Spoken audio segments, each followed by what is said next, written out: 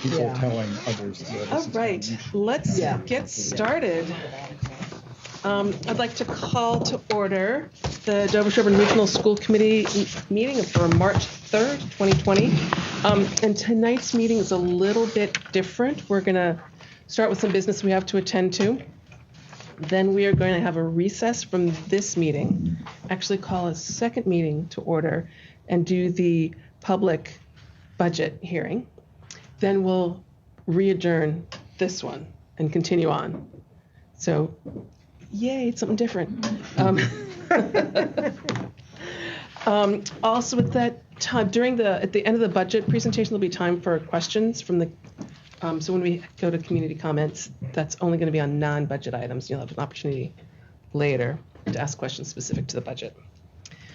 So, community comments, are there any? No, hearing none, thank you. Let's go to reports. Let's start with John Smith, please. Okay, thank you, Ms. Hovey. Few different things. I included some student recognition and a number of different things that are happening in your report, including Mr. Bridger, some of the great work he's doing. I did want to give you an update that this past weekend at the High School Drama Festival held at Duxbury High School, Dover-Sherborn High School was a preliminary winner, which means they were one of 3 schools to move on from the first round to the second round. We had Oliver Morgans, we had Lauren Kelly, and Sam Gaynor each received acting awards as part of that event, and they will now move on to the next division or next preliminary round to be held in Swansea. So that was terrific, considering many of those same kids are in the middle of Mamma Mia as well. So kudos to Carmel Bergeron and Carmel's assistant, Bryn Rocket, who's a student. So Aunt Leaf, which was the play that I was describing to you, attempting to remember the name, which was Aunt Leaf. So that was great news. We have an important assembly tomorrow. Start with Hello Assembly, which is part of the Sandy Hook Promise, an organization that was formed as a result of what took place in Sandy Hook. This is more around cooperation, ending social isolation, collaboration with students. It fits in well with our strategic plan and the sense of belonging. And so we're going to have both a middle and a high school assembly taking place tomorrow. And we had a faculty meeting today where we went through the expectations for the follow-up with educators for the class period after that, with a whole set of guiding questions. Ellen Shagnon did send home to parents information about the assembly, what it's about, and obviously people will be available if students do need more support. It's a really positive sort of bringing up the spirits of people. It's not focused in on that terrible tragedy, but it is certainly something that's come out of it. And just wanted to report that our Flex Block subcommittee of teachers and students has completed their work. We now have a sort of the framework for Flex Block, which will take place next year at the end of the high school day, the last 30 minutes. It will incorporate a whole slew of things. Students will be assigned an area that they are ultimately responsible to go to, but they'll have the flexibility of being able to go see a teacher, go see guidance, go to the main office, take care of a whole number of things. And we've been able to work that out with the teachers, and it's been great because we've had student reps sitting on each of those meetings as well. So those are just a few of the things that, in addition to what I highlighted in my report, be happy to answer any questions. Are you going to do the chorus and concert band during Flex Block? Correct. You decided to do, I didn't know if that was for sure when we last talked about it. Yes, that is for sure. So the way that will work is students will be able to enroll in either chorus or concert band. I guess technically they could enroll in both if they really wanted to, but the majority, I'm sure, will do one or the other. And then it would be every other day in the 8-day cycle. The other days they would have Flex Block opportunities for extra help, etc. This would enable them to have the music course that they desire and also an elective that they either want/need. And it may also help us in some of our cases of singleton courses that we have. We have a number of those, as well as students who wish to double up in science. Can I just add one more thing related to the high school, the Hall of Fame this weekend? Yep. Big deal. Okay. Yep. There's I a think I new heard like class. 160 tickets sold or something like that. Yep. There's a new Wow, class that's of great. people being inducted. What is this? Hall of Fame. So Athletic Hall of Fame. athletic endeavors of teams and past individuals, everything from athletes, coaches, and teams who are being inducted. So Tom Arborough, who was the assistant headmaster when I was here, affectionately known as The Rock, will be acknowledged that night as the coach of the football team. The whole Correct. football team's going in. Is that right? That's correct. Yeah, that's awesome. That's awesome. It'll be a nice event.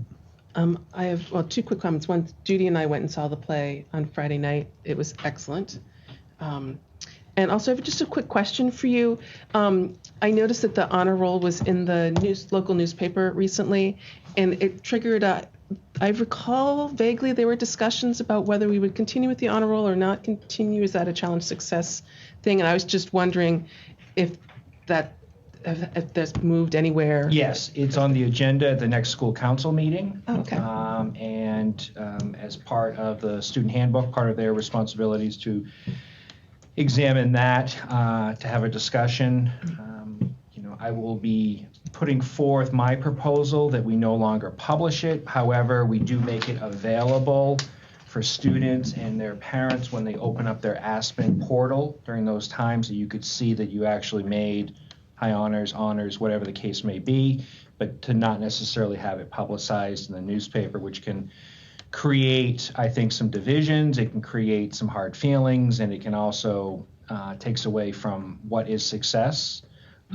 Yet for some of those students who still, look forward to that, they can still achieve that status and have that recognized in a different format. Okay, great. Thank you. Appreciate that. Any other? Oh, Just briefly, as a parent of a child who is going to take advantage of the flex block change with regard to band, I can't tell you how excited he was to come home and talk about that he's heard a rumor that there might be 42 students signed up to be in the band, and I thank you, because he's a tuba player, and it's a lonely job when you have 11 people in the band and a tuba.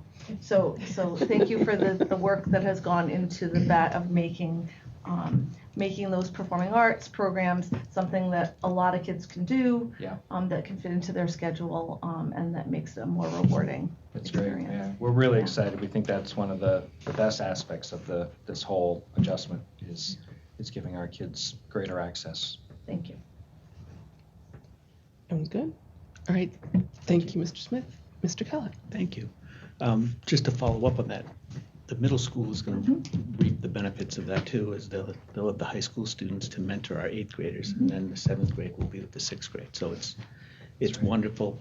The flex block also, I think, is going to open more opportunities as we move forward for high school kids to interact with our students here, and that will be very positive. We're also looking forward to the assembly tomorrow. The other things I wanted to call your attention to were the accomplishments of our Math Counts team earlier in February. They will be moving on to the state round I believe it's this weekend in Boston at Wentworth. Our team came in 3rd overall out of 15 teams, and we had 7 students place in the top 25% of all the students competing at that competition. Just phenomenal.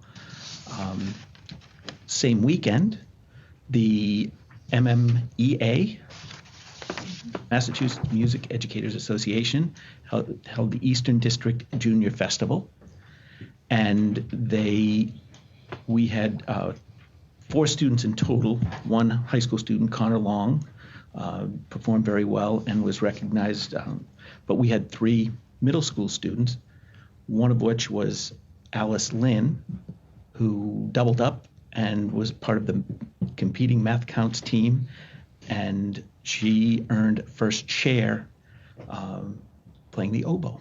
So it's just amazing talented, wonderful young lady. Kudos to her. This Friday, Mr. Smith has been very generous in allowing our senior, Caroline Gallagher.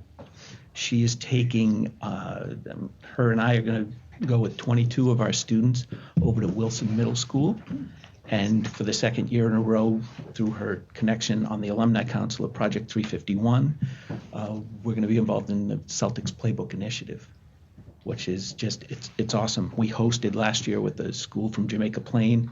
This year we'll travel to Wilson, and then she'll host a second workshop later, March 19th here for our students alone. And then the Celtics will have a culminating activity at the end of March. So we're looking forward to that. And the last thing I wanted to mention is, I'm sure you folks are aware, but Mr. Robleski has resigned. We greatly appreciate the 2 years he will be with us. He's done a fantastic job, and he is moving on to Bangkok. I don't know if I would do it, but he and his wife are very excited for the opportunity. And Beth and I are in the process of putting together a search committee to find his replacement. Can you just elaborate on the participants in that process, Scott, do you mind? We will have parents. There'll probably be about 4 parents. We'll have 3 to 4 teachers. We'll have other administrators, including, well, Beth will chair it. Kate McCarthy will be involved. I'm hoping Ellen Shagnon will be involved, and Ann Keegan. And then we'll include students when we get to the site visits. We'll include students both to take the candidates on a tour.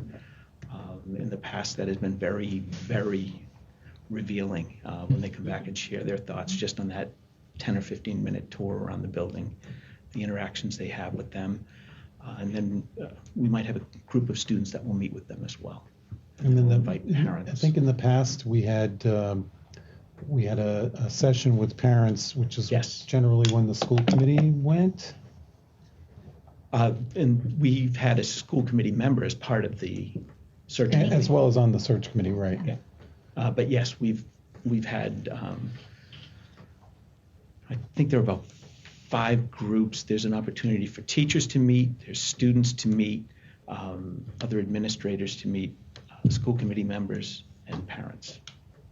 Yeah. So it's an important job. This process is really important to us. We want to make sure we do it right. Unfortunately, or fortunately, we have been through it recently enough that I feel confident in the process. We have a very solid pool of candidates at last I checked. So we're excited about that, and that should wrap up late March. Mm-hmm. Late March, beginning of April, I think is the. Yeah, first week of April. Hopefully in Given time your to have decision. to invite the successful candidate to the April school committee meeting, or minimally the May school committee meeting, to introduce them to the committee. Yeah, we don't have a, I don't think we don't have a do we? regular regional in April. We'll have a short one because we'll have to vote on some things. But so the May one, Yeah. probably. That'd be Have them awesome. present on handbook changes and improvement. Just throw them We'll get in, it. deep end. So they would start officially July 1. Correct. So if you'd like to let us know who will serve on the, would like to serve on the screening committee from. Okay, if anybody has interest, No, if you can let me yeah. know. No, just let me know by email or even at the end of the meeting tonight. Thank you. I'll let you know. Thank you.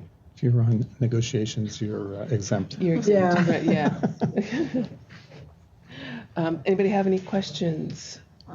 Not a question, but just a comment regarding the parts. I was really interested to read about Ms. DeMarco's work with the Girls Who Code and the different places that has really taken hold. It seems like lunch and out in the world and here and there, and maybe After some school. opportunities for flex blocks. It's really nice to see, and I think that as the high school is implementing flex block and thinking about computer science and augmenting those programs, that'll sort of create a little bit of synergy there. That'll be really nice. We have a high Thank school. her, please. Yeah, absolutely. We have a high school student who's coming over and helping her. Yeah, It's just, yeah. it's Seems fantastic. She's looking to start a group of boys who code. Great. So Everybody should be coding. That's awesome. Who wants to? Anybody else? Well, that was one of my 3 questions. So good to hear about maybe a boys who code also coming up. GSA group. Yep. What is that? Gay Straight Alliance. Got it. So it's a group of students who just want to be proactive in accepting of all. And Got it. Mr. Oboleski is The advisor. spearheaded that. Yeah. The Project 351 seems really neat and kind of very consistent with strategic plan as well. I wonder whether there's overlap or possibility of synergy with World of Difference. It sounds like they're kind of similar programs that maybe that's one area where middle school kids and high school kids can interact around that topic, since those programs do, at least on their face, they seem a little Sure. similar. Sure. We recently conducted training of a number of students using the ADL's World of Difference program, and so we have 3 advisors and a number of students who have trained for that. So that's certainly something that we can discuss, and the Project 351 does go through the middle and the high school. Oh, terrific. Our historically, Dover-Sherborn has been very active on the alumni council. Yeah. That goes back to our original class, and one of our representatives was Mark Seisler, who ended up being the president of the alumni council, and we've had subsequent representatives who have carried that torch, including Caroline. Kelsey Chu is another. They're Tatum Evans. Yeah. They're all they don't let it go after participating in it 8th grade. They've been very. It's a very active group in the state. They attend the superintendent's conference in the summer. Yeah. They, I believe, they meet with, the Board of Ed, or they meet with top leadership in the government. These kids, and it's a great organization. Deval Patrick was the one who Deval Patrick. If I remember correctly, it was part of my dissertation, because my dissertation was on student voice, and this is a way to really take the voice of students and allow them to be active leaders, Right. as opposed to kind of asking them to participate. It's really a different spin. It's an awesome organization, and I know Dover-Sherborn's been at the top of that. I've heard that. One of our representatives this year is Walker Adams, and Walker was the driving force, he and his family, of having Dr. Greg Scommel, the great white shark expert, came in and spoke to our student body before vacation. It was just, I was mesmerized by his presentation. Did a fantastic job. We've reached out to him actually to come speak at Seminar Day. Nice. Awesome. Oh, cool. Yeah. He's a super nice guy. I think he appreciated the time here, and I wouldn't be surprised if he would have come back. I'll be over to watch it. All right, everybody good? Thank you so much. I appreciate you coming in relatively short notice. It's because we don't then meet again till May, and we're like, we won't see you for a while. I appreciate the opportunity. So- I'm sure John does, the opportunity to come and share a lot of the great stuff that we're doing, that's happening. Well, so thank you. We really appreciate it. Definitely. I'm just adding really quickly. Gonna have Dr. Keogh speak quickly about an health update. Yes, so coronavirus is very much on people's minds. It certainly is on mine, almost too much so. I'm thinking about it constantly. It's a legitimate health crisis, and so we have to respond accordingly. And I don't say that to make it sound scary, but it legitimately is something that that is coming. And that's the expectation from the CDC and from the Mass Department of Public Health. And so we have to really kind of put it out there publicly. So I sent the notice out to families last week to share with them kind of what we're doing, which is taking the lead from CDC and DPH. Not just CDC and DPH. It's also the two boards of health, Dover and Sherborn's, and it's also the Visiting Nurse Association out of Walpole, who serves as kind of the liaison from the Mass Department of Public Health. And we've established relationships with these folks, really, unfortunately, through the norovirus last year. But this one is a little different. This is a really highly contagious illness. And I'm sure you know, so I don't want to beat it into the ground, but it's one of those ones where you could be not be symptomatic, and yet be transmitting and carrying this illness to others. And that's what makes it so scary to schools. There have been different reactions in the state. Obviously, with some schools telling students that they cannot come to school if they've come from, say, Italy. And that's been kind of controversial because that's actually not the guidance from CDC. The guidance from CDC is that unless they are symptomatic and they are demonstrating possible illness, they should not be kept out of school. And the reason it's important to mention this is because I've been following it on the World Health Organization as well. And one of the things that they've identified as a real problem with illnesses like this is the stigmatizing that goes on. And if people feel as if they're going to be belittled, bullied, berated, excluded, stigmatized because of this, they may not willingly tell people about their symptoms. And that's a real problem. So what we are continuing to tell people is that if your child is symptomatic, keep them home. Don't send them to school. Believe it or not, there are a few of us, myself included, who might have sent their kids with Advil to get them through the day, and with slight fevers. That's just not good practice right now. We have to be super diligent and vigilant, I should say. And the same goes for the cleaning of our schools. We're fortunate in that we have some of the equipment that not all schools do have. There's a gun that works. It's like an ionizer that sprays and sticks to the surfaces a mist that really sanitizes your spaces. So there is the traditional model of or approach of wiping things down, and we are doing that. But this is another kind of added layer that I think is really excellent. And we bought that last year because the norovirus. So you can't get those right now.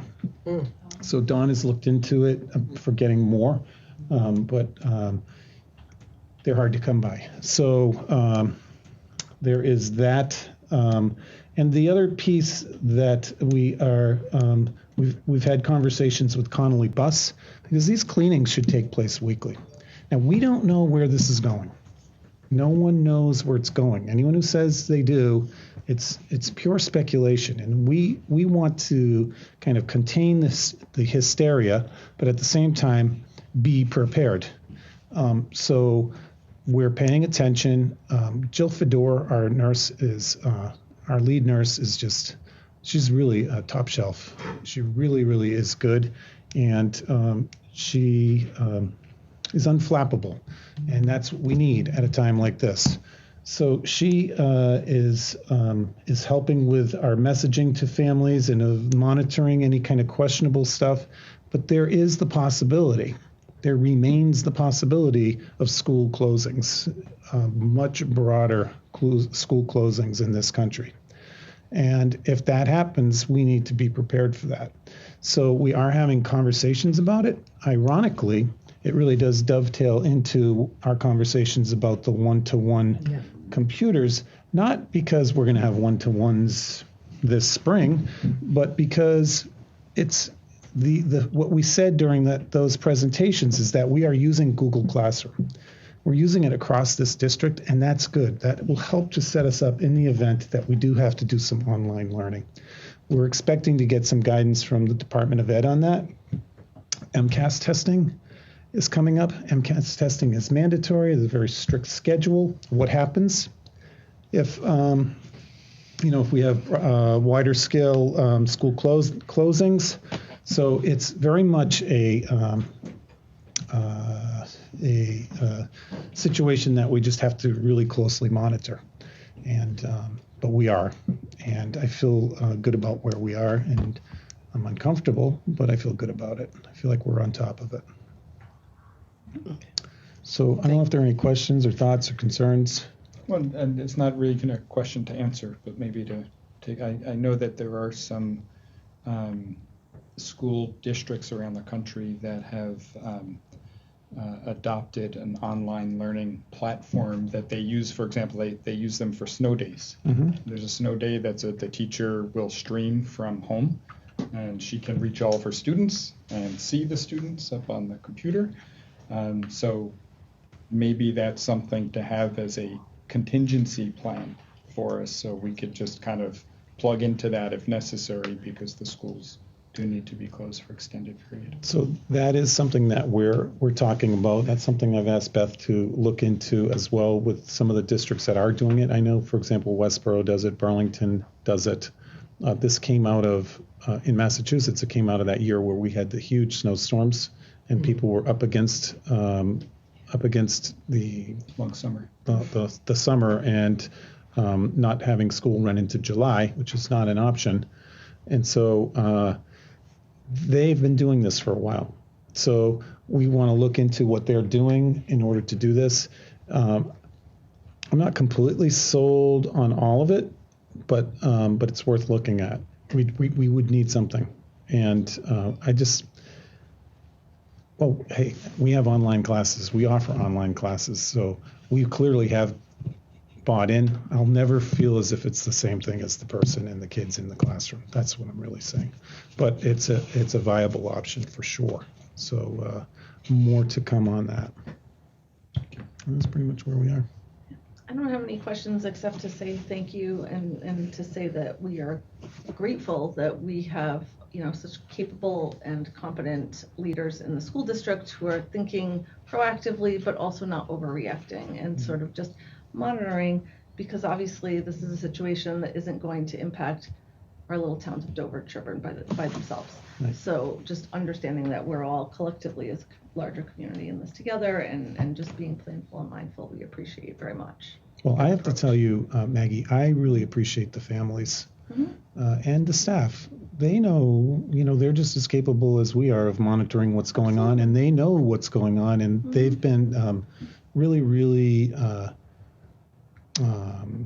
calm and appropriate in their reactions, thoughtful. So it's helpful to us because,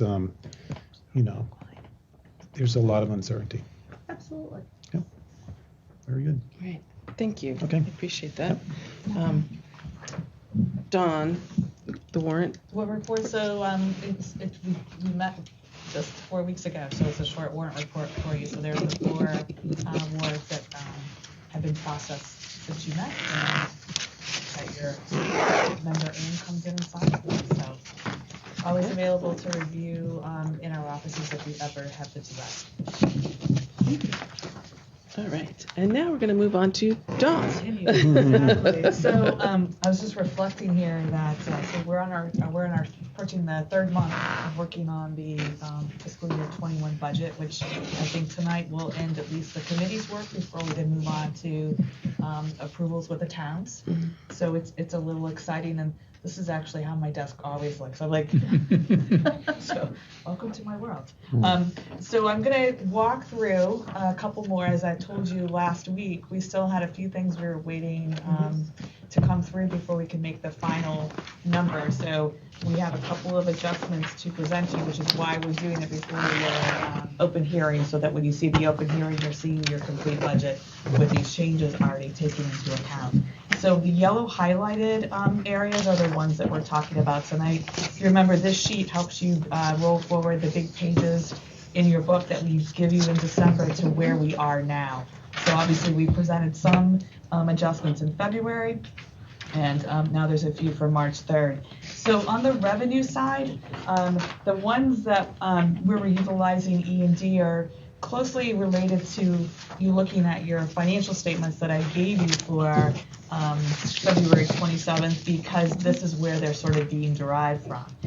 If you recall, over the last couple of years, any surplus revenues that we get because our estimates weren't quite right or we've got more, we have been rolling that forward and applying that to the next year's budget, because theoretically, had we known about those revenues, the towns wouldn't have been assessed those dollars. So it's a way of just almost like circuit breaker. We figure it, we find what it is, we're gonna now apply it to their assessments in a year later. So that's the $75,000. If you look at your revenue statement that's in your packet that we'll go through after everything, you'll see that we have about a $75,000 surplus right now, made up mainly of two components. One is a little bit more of Chapter 71 than we thought we were gonna get. We finally got our first payment, and it is looking like they're already paying at 80%. So we were able to take a little bit more of that increase than you've seen off the cherry sheet, because the cherry sheet is not exactly what they paid. So now we know exactly what they're going to pay, a better idea, getting that first payment. And so that's $40,000 of the $75,000. And then if you recall, I mentioned that we have a nice size of sum of money in a CD with a pretty advantageous rate right now. And we don't budget for that because we're not guaranteed. In fact, that CD is getting ready to roll and the rate's nowhere near where we have right now. So which, case in point, why I'd rather take it an unplanned variance of the $35,000 and apply it. So that's basically your $75,000. So we'll be using E&D because theoretically the $75,000 of extra revenue is going to flow through your financial statements. We're going to have a surplus at the end, which runs into your excess and efficiency. Okay, that's why then we're going to use excess and efficiency to fund that. So that's the $75,000. On the other adjustment is healthcare. So as you know, your OPEB contribution needs to be incorporated into your annual budget that the towns approve. So we're taking savings from the some of the retirees because we have 5% of the cost share this year. Plus we've been having the savings in the active. So we're recommending that we take $100,000 of the healthcare savings, which is well over probably close to $180,000 between the actives and the retirees, and we're adding $100,000 to your OPEB line item funding in the fiscal year 21 budget, but we're not asking for new funds. We're going to use E&D, moving the savings from this year over to the next year. Make sense? And so that 100,000 will go to the, ultimately will flow to the OPEB trust? Okay. So it's like we're taking the money that was saved from This year. and putting it forward. Right. Yeah. And the alternative would be to fund that via assessment. Yes, but our goal in this is to sort of capture the savings every year from the cost share. So remember, we're going from 70% that we're paying for retirees to 50% over 4 years. We're going to leave our budget as though we're still going to pay the 70%.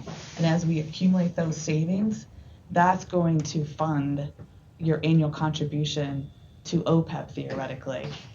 And therefore, we're not asking new funds from the towns. We're using funds that they would have already been giving us had we not made the change in the cost share. But it also gets approved as part of your budget as opposed to a separate article at town meeting. But It also, has to be that way, right? It has to be approved. Yes. But It has so to be Right, so if we come up, so the next step is we'll go to OPEB, but we're gonna have a funding policy. Our funding policy could be any surpluses that you accumulate during the year, but we don't have that funding policy in place yet. So, but it has to be in the line item, so it'd have to be in the line item that we're attributing it to. So now you're gonna have a combined pay-as-you-go and OPEB funding in that one line item, so that if there are savings in there, it's going to be applicable that we can put it into the OPEB. And in future years, that'll be broken out. No, we'll always probably It'll all be together? Yeah. Okay. Yep. And just for the Sherborn folks, the Dover last year started to fund an OPEB reserve at the town, and that they're putting together a policy for how that would kind of flow through the revenues from the town, and are anticipating every year money's going to go into that. So, query when that's going to get called on, I'm not quite certain. Anytime they needed to, they wanted to use some of that, they could take their assessment percentage of our line item for the OPEB for retiree costs, and theoretically that could be part of. They can move that money over. That back over. Yeah. So. But also, so though for the towns, though, the money that in essence that we could in theory return back to the towns because it was savings, but it actually, since we're pushing it forward towards the OPEB, will save the towns ultimately because our debt, our liabilities goes down, right? So it ends up saving money in the long run. Which allows us to borrow cheaper. Right. Yes, and we even saw this year, Dawn provided some numbers that show what that difference is. Right. So those are two revenue related. So we are adding to our revenue sources $175,000 of E&D use, which then directly reduces assessments by $175,000. That's the good news for our two towns. On the expense side, it sort of is washing out here. So if you look at March 3rd, we were waiting for our health insurance rates to be finalized. So last Thursday, I did attend the board meeting. We did approve the rates. I had an estimate in our budget of 10%.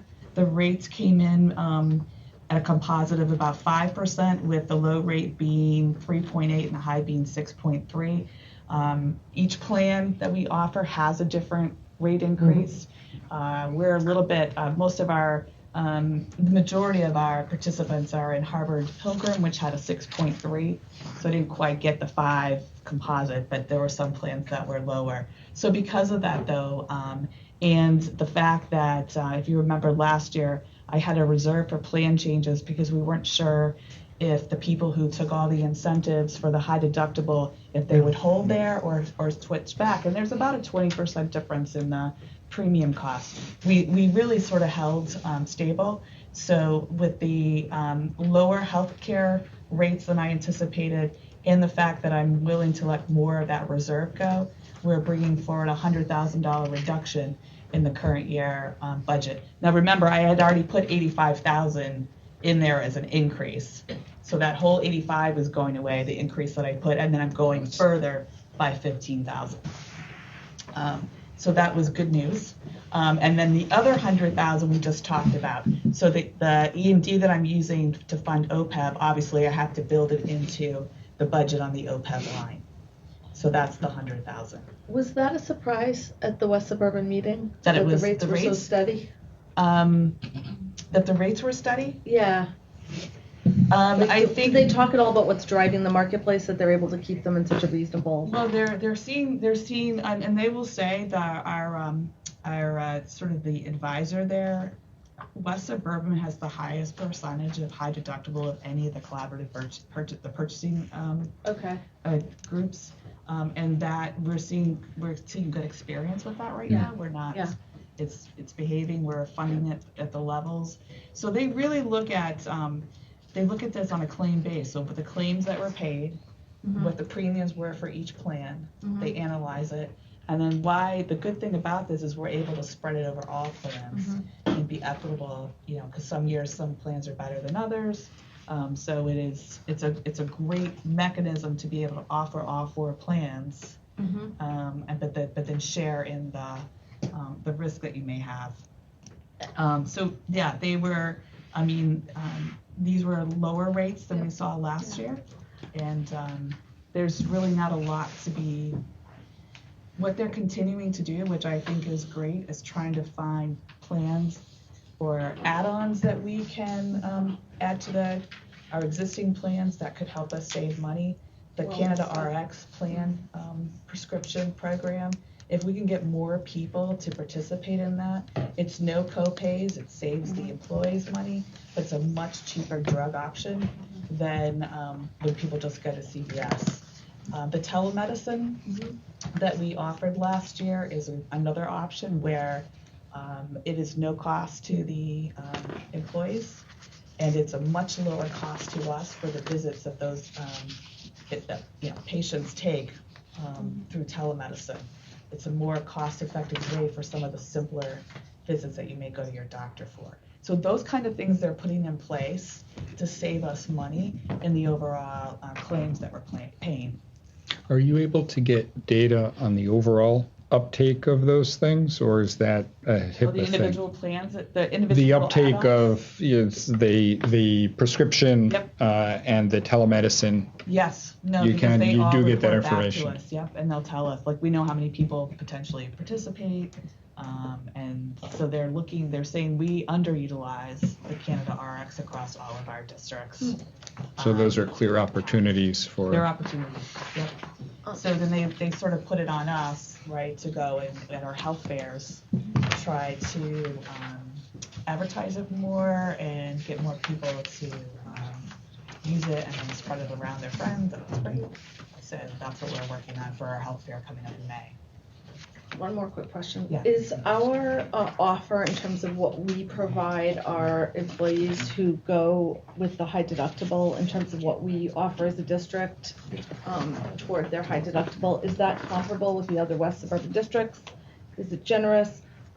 What are people finding? Our contribution that we give? Yeah, so far I think most of the, when we rolled these out, I think most West suburban districts, or participants, I can't say districts as in towns, we're doing sort of the same 1,000, 2,000. The question is, how long do you keep doing that? So if you remember, we've got the 3-year agreement. Next year will be our 3rd year, so we'll have to reconvene again and say, do we want to continue the things that are still living in this agreement, which is that and the opt-out, or do we need to go a different direction? Those are the only 2 agreements that are still valid. All the other ones were 1 year. So if we, for example, opted to pull back on what we're offering high deductibles, of course, then we'd have less folks go for it and more folks go back into the benchmark plan. So we want to. I think what I've seen is that typically once you start that's just part of the cost of the plan.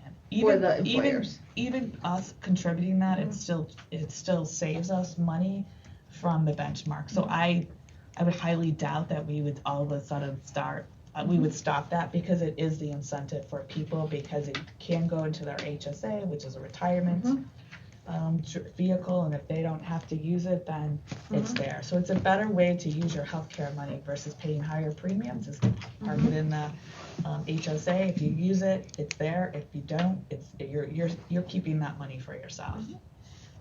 So I think West Suburban has done a great job, and they complimented all of us again, because I think all the individual groups did go out and came up with strategic ways to entice their members to participate in it.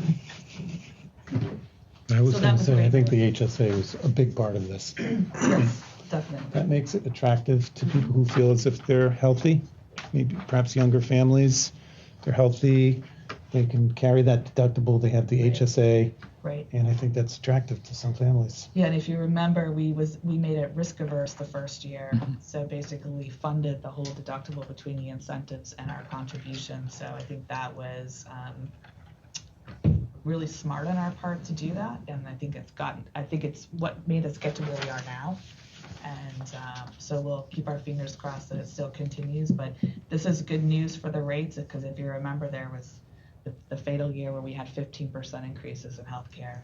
So we've really held our own with every year we have something that's counteracting increases. So after we get through this budget season, I'll put together a little, maybe a healthcare analysis for you, but to say what our base has been, and I look pretty much, it seems like it's been sort of flat. If you think about it, because the first year we had to pay all the incentives, so that made it a little bit higher. But then that paid for the increase the next year. So I think it's a good trend line to be looking at versus what we were looking at before. So it's one less thing I think that we have to worry about right now.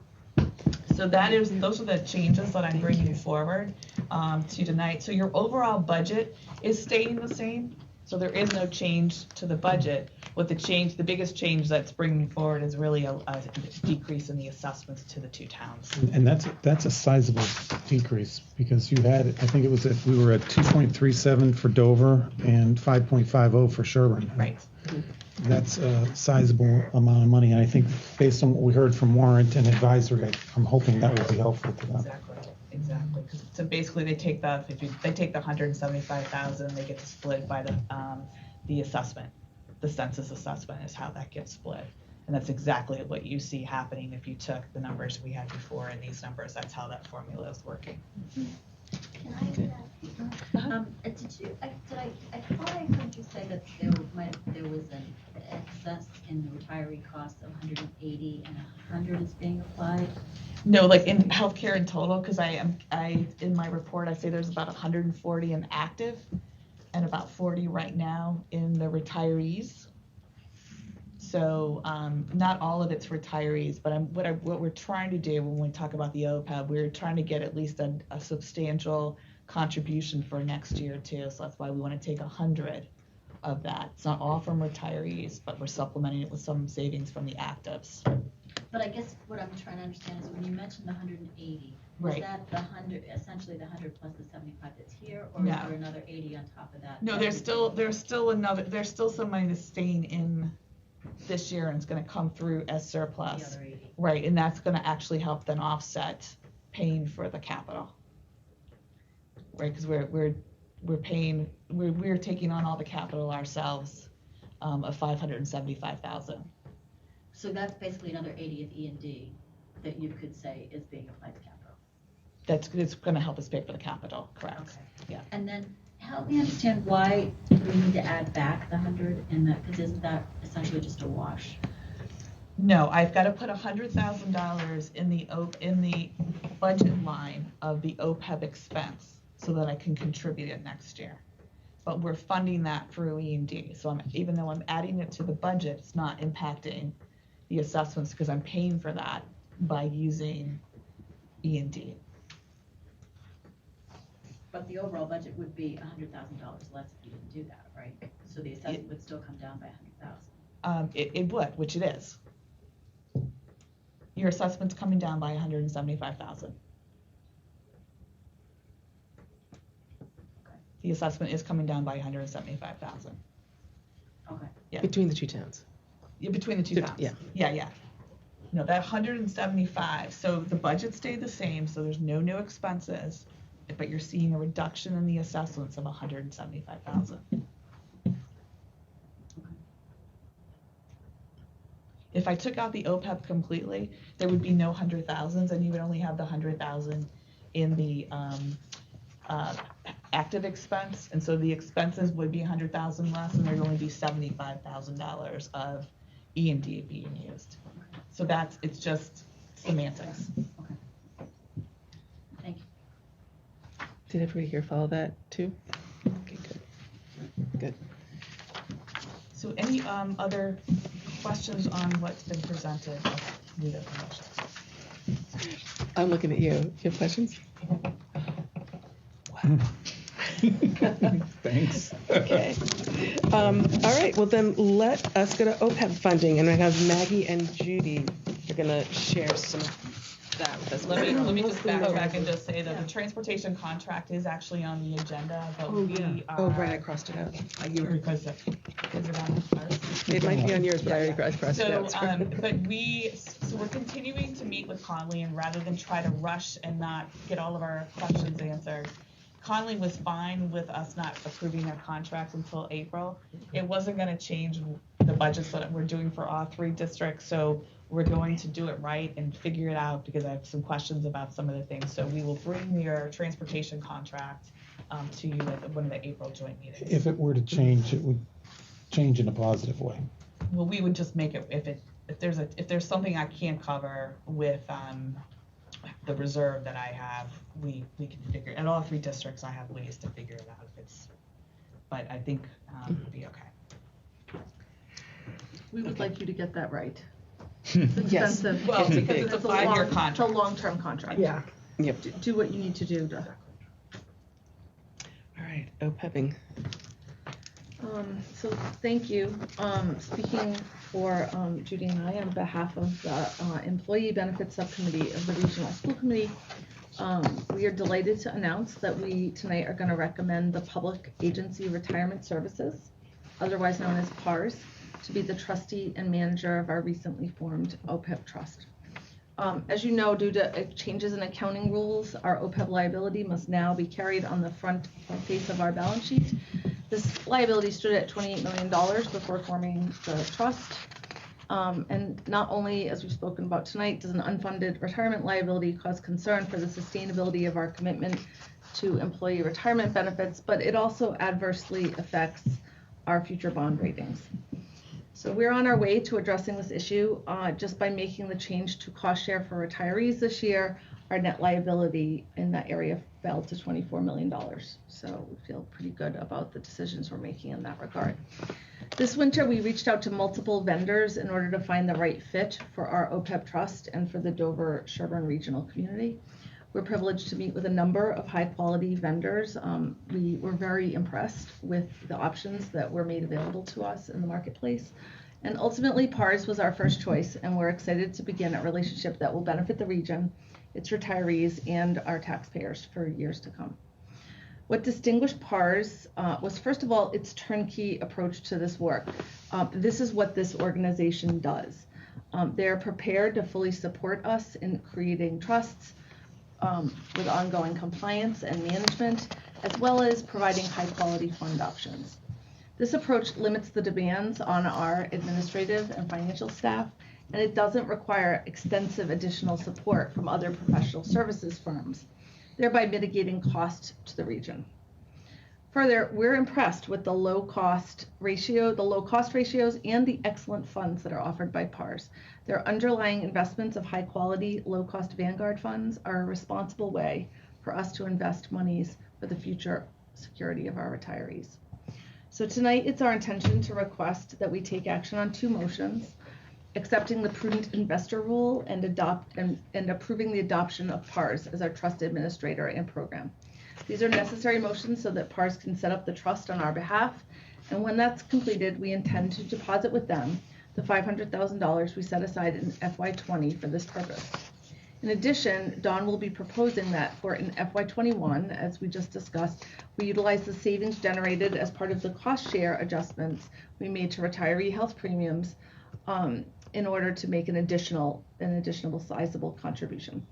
Following the adoption and funding of this trust, our benefits subcommittee will go back to work, and we intend to provide you in the coming months with an ongoing future recommended funding and also investment policy, and we'll come back to you for approval of both those policies when we've been able to put them into place. So we're really excited and look forward to working with PARS in the months and years ahead, and we're interested in entertaining your questions. Yes, questions? Cost? What are the costs? It's pretty minimal. It's in fact of all the organizations that we looked at, and Dawn, you can fact check me here. Yeah.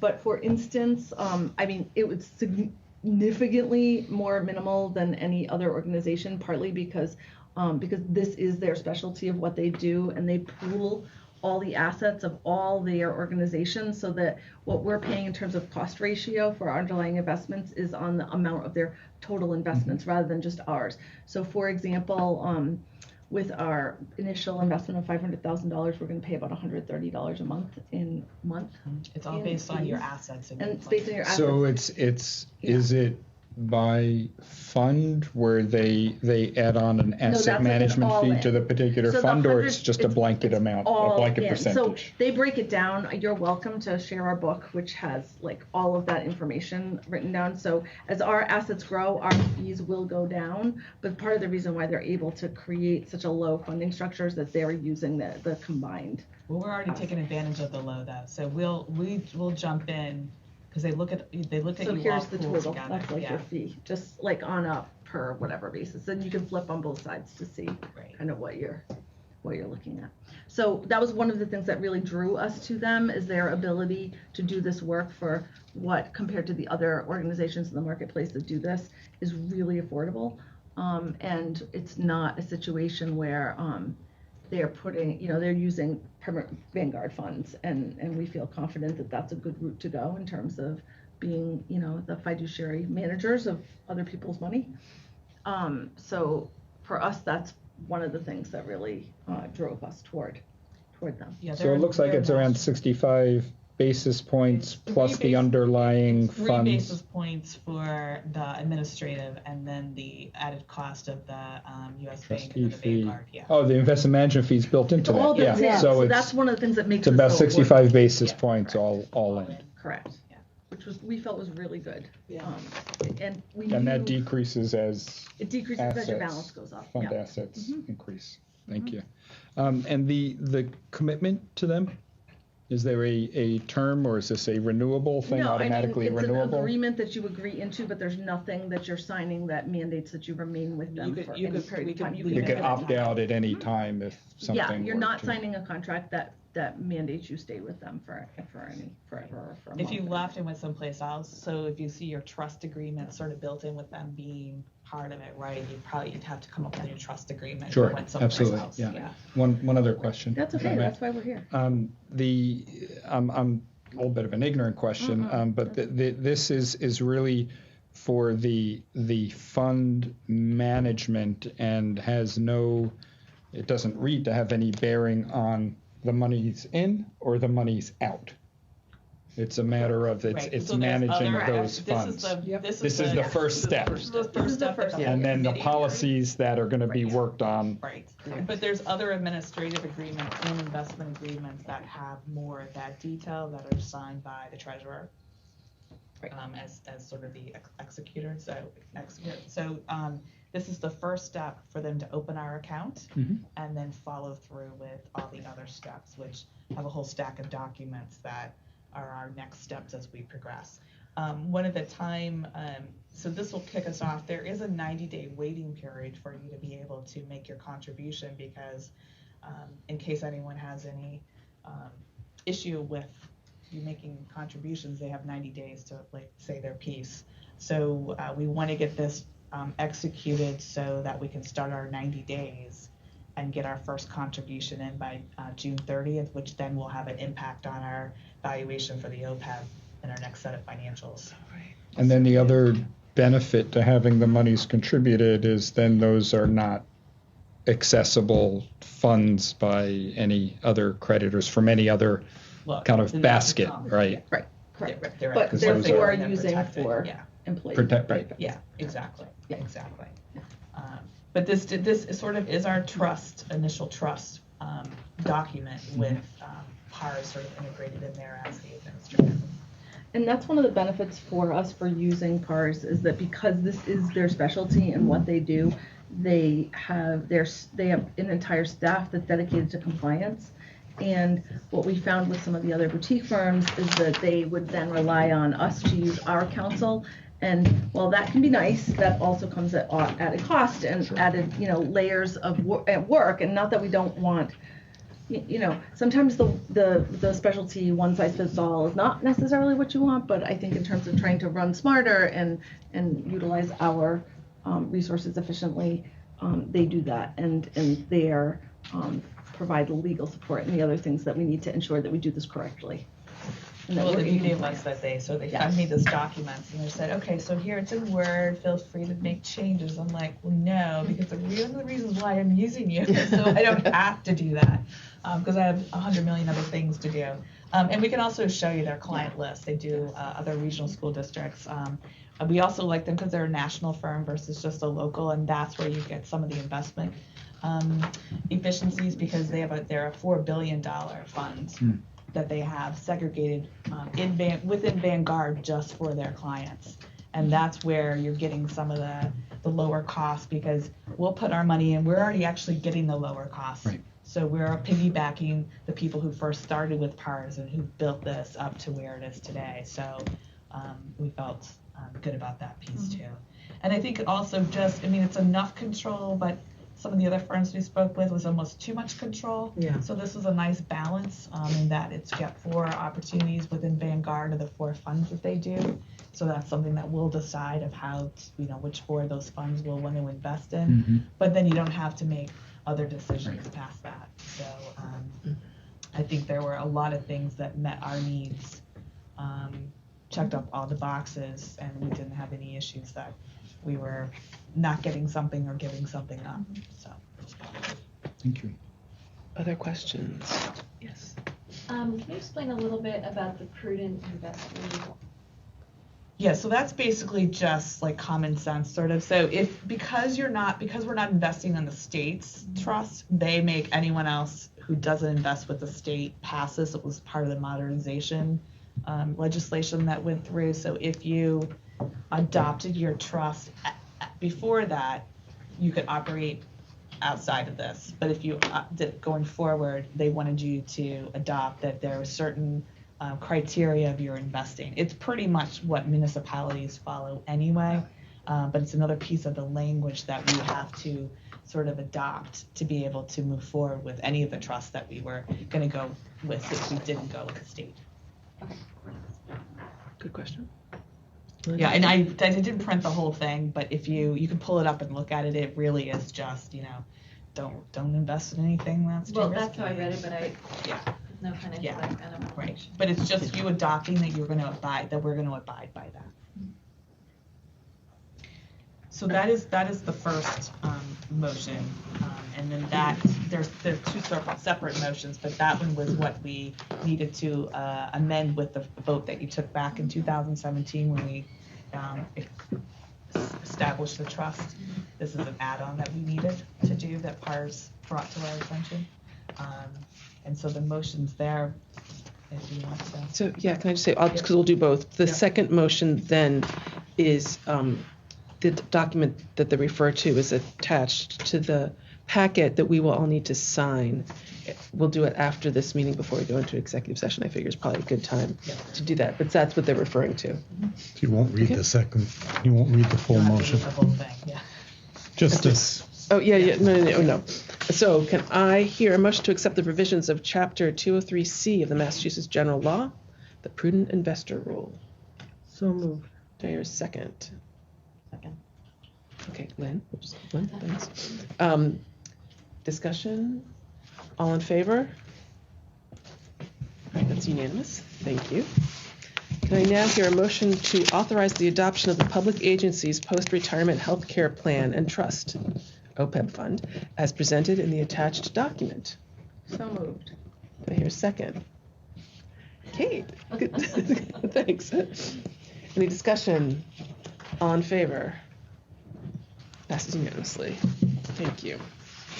All right, now I hear. Thank you for doing this work. Yes, thank you. Good. Thank you so much. That's been a lot of work. All right, so now can I hear a motion to recess the? Do I have to get a motion? Yeah, motion. Let's do it. The Regional School Committee meeting of March 3rd to return to open session after the public budget hearing. It's been for a second. Second. Second. All right. All in favor? Okay. I hereby call to order the FY21 Dover-Sherborn Regional Schools budget hearing at 7:37. Yeah, it's like switch. And it's going to be a PowerPoint, so I'm going to slide. Is that a surprise? I don't think so. From this ball game on.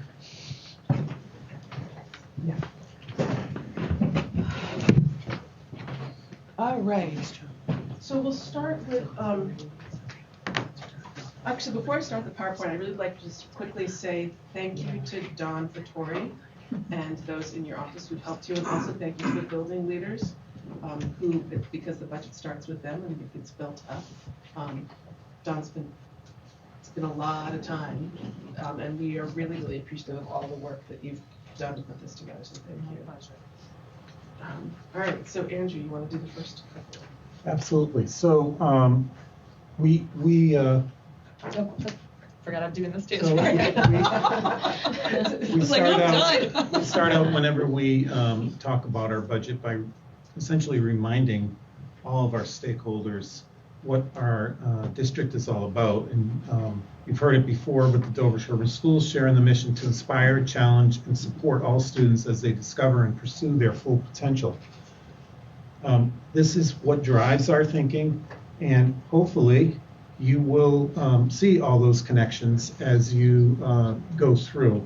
And you'll notice that in our strategic plan, where we go a little bit deeper into it, that our budget is in fact supporting our 5 key strategic objectives of innovative teaching and learning, health and well-being of students and staff, partnerships with families and communities, safe and innovative facilities, and resource efficiency. And I really take a lot of pride personally in the fact that we somehow manage this.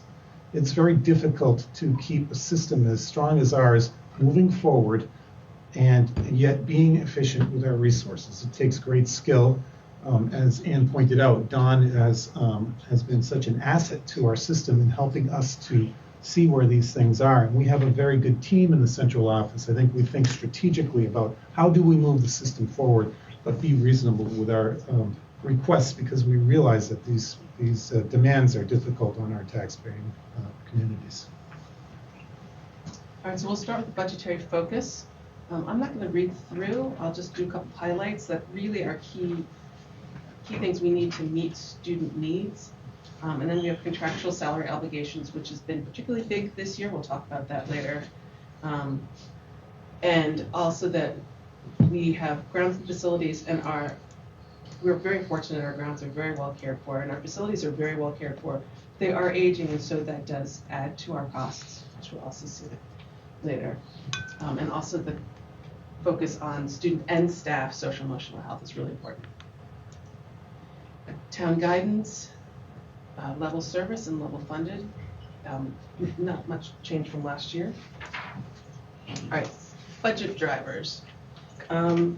So while enrollment has remained fairly constant, which is a good thing, there are some additional costs in other ways. We've got contractual obligations, and at the moment still we have negotiations underway for everybody, all the units, for FY 21 to 23.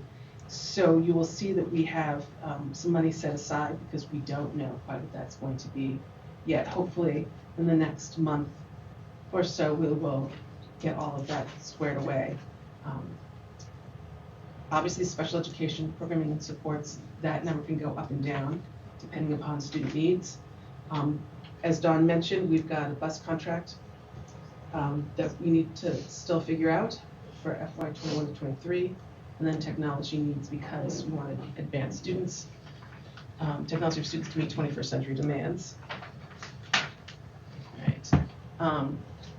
This just shows where the money comes from. Obviously town assessments and state student fees and E&D, which has the $175,000 that Don spoke about earlier.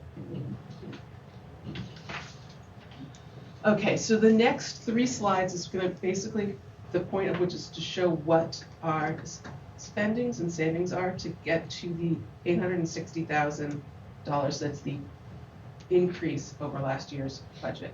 The total proposed operating budget is $26,152,440,000, which we noted is a 3.4% increase, but as Dawn mentioned, is not that, so we're not sending that amount to the towns.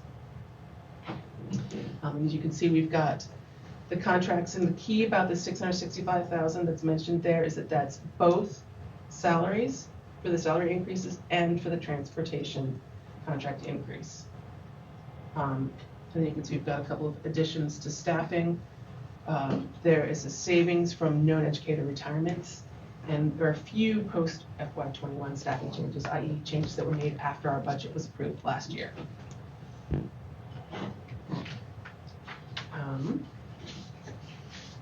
So the employee benefit related costs is a net increase of $147,500, which includes OPEB.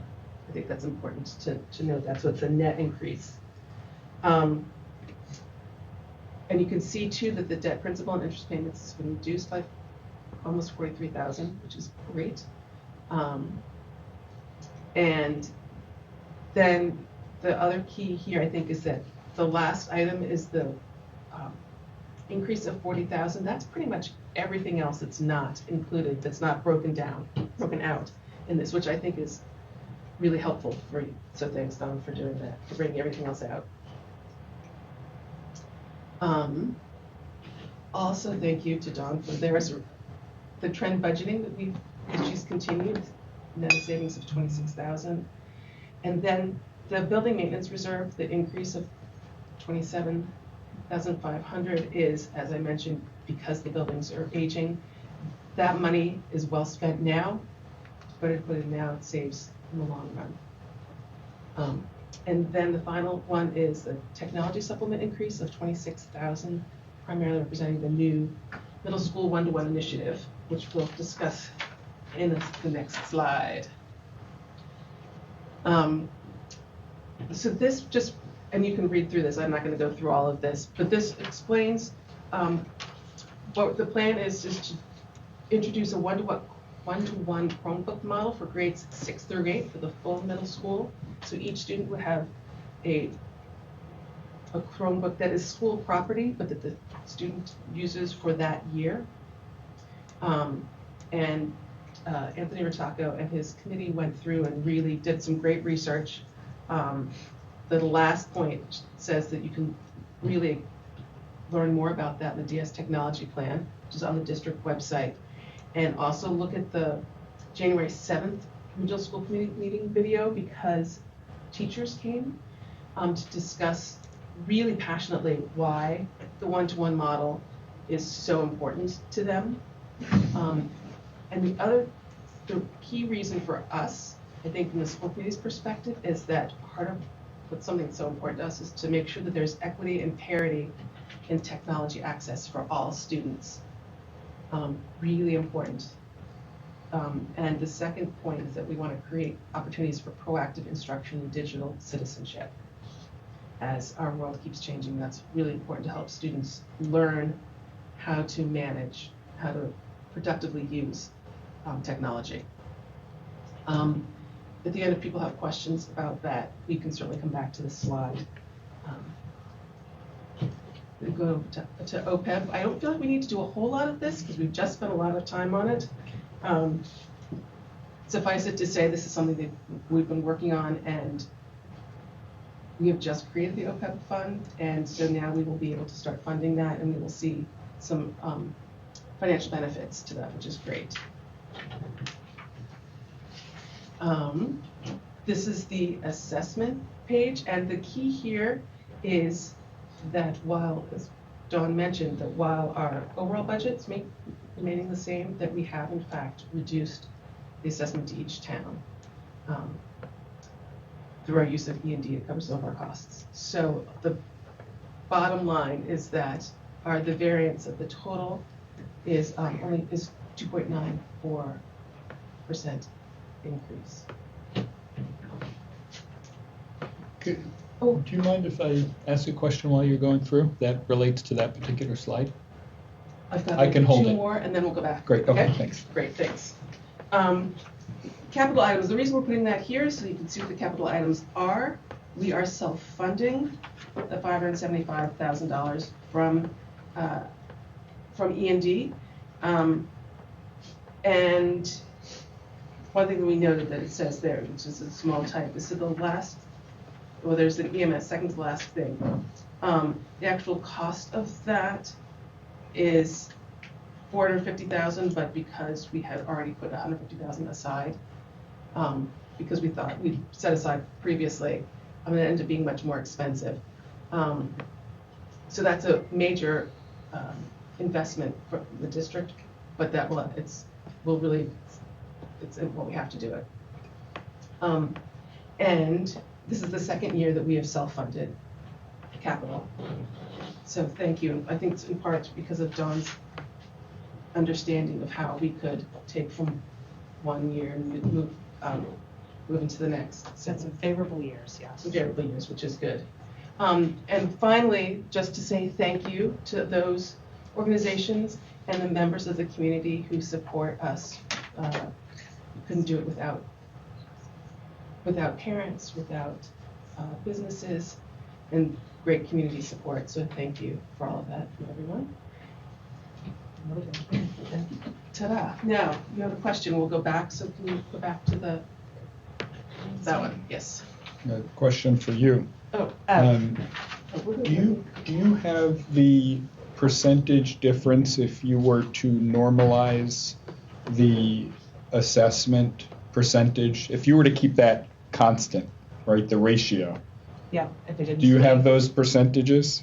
Back in the beginning, I think I did run that to see what the difference would have been, but I don't know off the top of my head. I haven't looked at it recently. Maybe something useful to have available, because I think it doesn't, it tells actually a more, Right, particularly for Sherborn, a right, more because of positive the- story. Well, it's every change in the assessment percentage is about 200, just say roughly 200,000.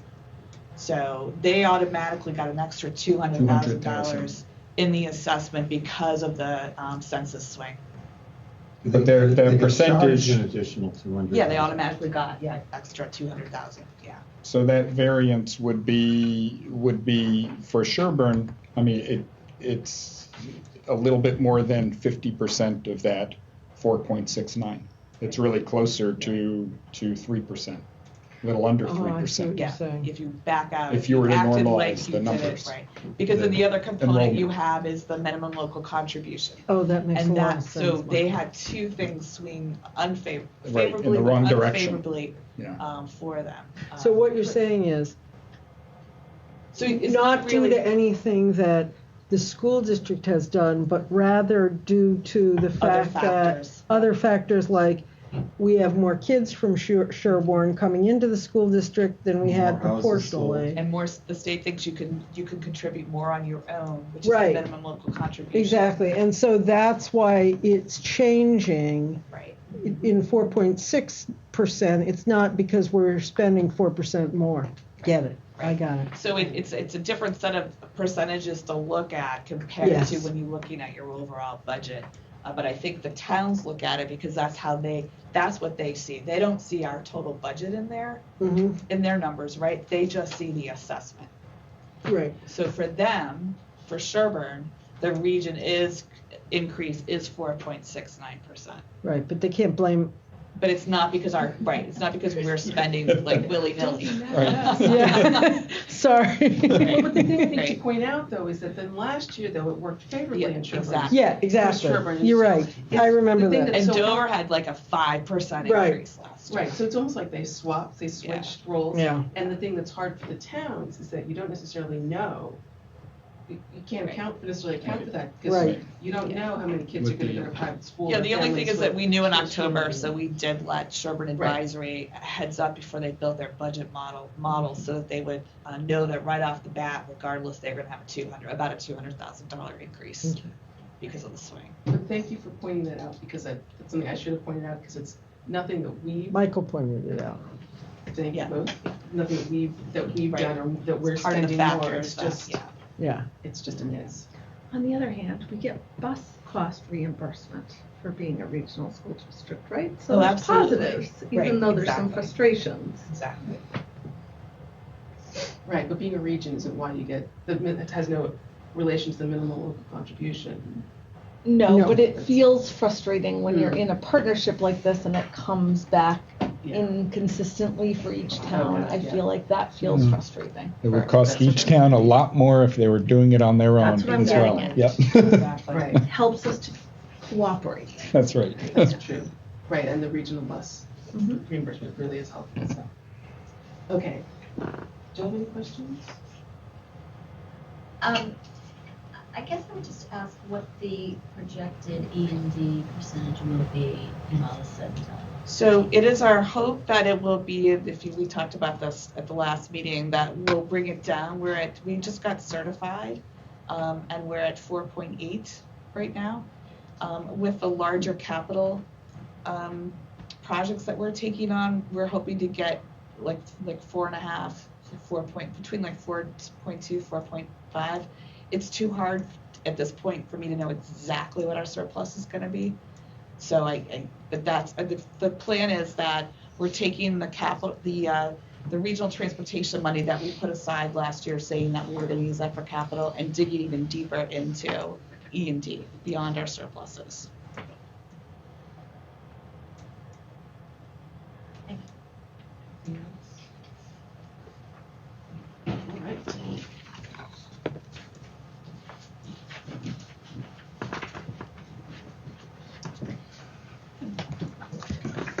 All right, so now, did anybody else here have any other questions? Okay, good. All right. Thank you for all of Anne and Dawn and all the people in the office. I think Anne for doing this. Yeah. It's very helpful. That's good to help. All right, so now, can I hear a motion to adjourn the FY21 DS Regional Schools budget hearing? So moved. So Lynn moved, Okay. and I'll second. second. All right, all in favor? Whew. And I hereby call the Regional School Committee meeting of March 3rd back into session at 7:55. So now we need to discuss and vote to certify the operating budget. Any questions, more discussion, comments? All right, can I hear a motion to adopt the FY21 budget in the amount of $26,152,440, which is reduced by estimated receipts and available funds in the amount of $3,427,980. 460. 460. Did I write that wrong? I think it's this one. Oop. Reduced in the amount Of $3,427,460. Sorry. Oh yeah, so for comprised. Take two. Yeah. I read out all the numbers with words so that I wouldn't have to read all the numbers, and I didn't do that right. So Take two. Can I hear a motion to adopt the FY21 budget in the amount of $26,152,440, which is reduced by estimated receipts and available funds in the amount of $3,427,460, for a net amount to be assessed to the member town of $22,724,980, comprised of $21,801,580 in operating expenses and $923,400 in debt expenses, and that the treasurer be authorized to certify this budget in the apportioned share of each town based on the statutory method. So moved. All right, so I'll have, okay, Michael can move, and do I hear a second then? Second. Maggie can second. Any discussion? Anyone want to read those numbers again? No? Got them right. All in favor? Passes unanimously. All right, the second is a motion to approve the utilization of $175,000 of June 30th, 2019 certified excess and deficiency funds for the FY21 budget. I hear a second. Second. Okay, Lynn. Right. All in favor? Passes unanimously. Thank you. So now, we have financial. No, wait to approve capital. Sorry, capital. Sorry, discussion about capital. Anyone have questions about capital? All right. Fortunately, these are not a lot of numbers. Can I hear a motion to transfer $575,000 of June 20th, 2019 certified excess and deficiency funds to the region's capital fund to cover costs for approved FY21 capital projects? So moved. Thank you, Michael. Second. You guys have invited out Kate. Thank you. You can third it. All in favor? Passes unanimously. Thank you. And again, Thank just you. to remind you that the benefit of the region paying for its capital, that as of tonight, we're free to start any projects that are on. And that's what this funds are immediately available, which helped us tremendously last year. So thank you.